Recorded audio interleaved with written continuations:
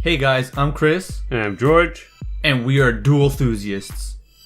Are we? Yes, we are. Alright, for our first friendly neighborhood movie discussion, we're going to start by sharing our thoughts on the question posed by the title of this video. Does Homecoming have the essence of a Spider-Man story? It doesn't.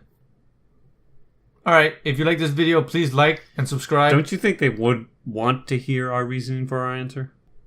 No, not really. People like to read the headlines and leave their comments these days. I think if they're still listening, they'd want to hear why we think so. Fine. Why do you think Homecoming doesn't feel like a Spider-Man story? Well, to begin, the importance of Peter Parker's personal life is heavily downplayed in favor of his role as Spider-Man, with his everyday goals taking a back seat to wanting to become an Avenger.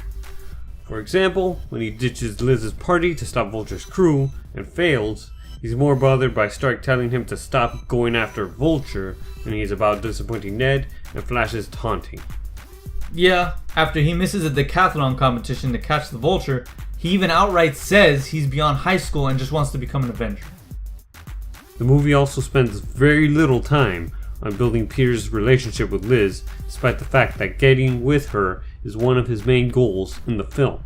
He even drops it entirely when he finds out she has to move away, with Peter just brushing it off like it doesn't matter. This all shows how unimportant Peter's personal life is to Homecoming.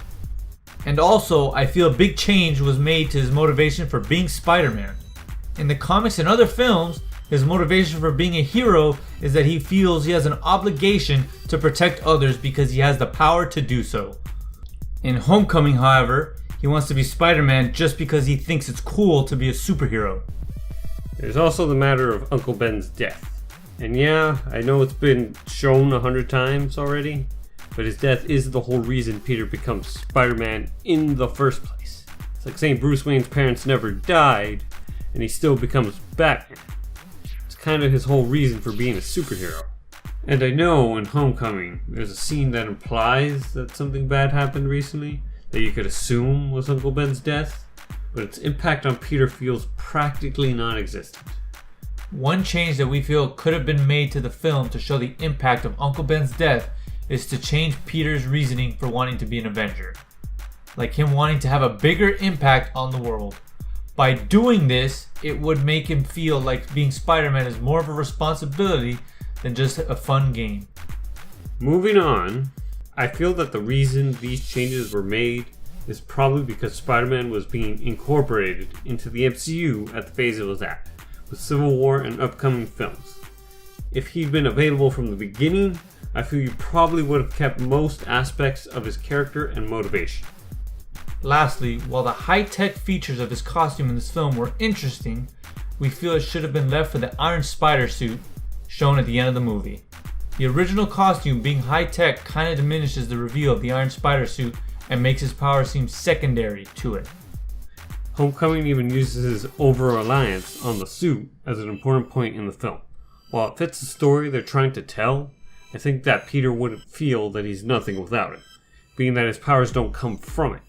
And seeing that he's been Spider-Man for, at the very least, 6 months, and likely more than that, I think he wouldn't feel as reliant upon it as the film portrays him to be. Final thoughts overall, while we feel that Homecoming is one of the better MCU films, we don't think it's telling a Spider-Man story. With these changes that we've mentioned, Peter feels less distinct and more like a regular teenager who thinks it's cool to have superpowers.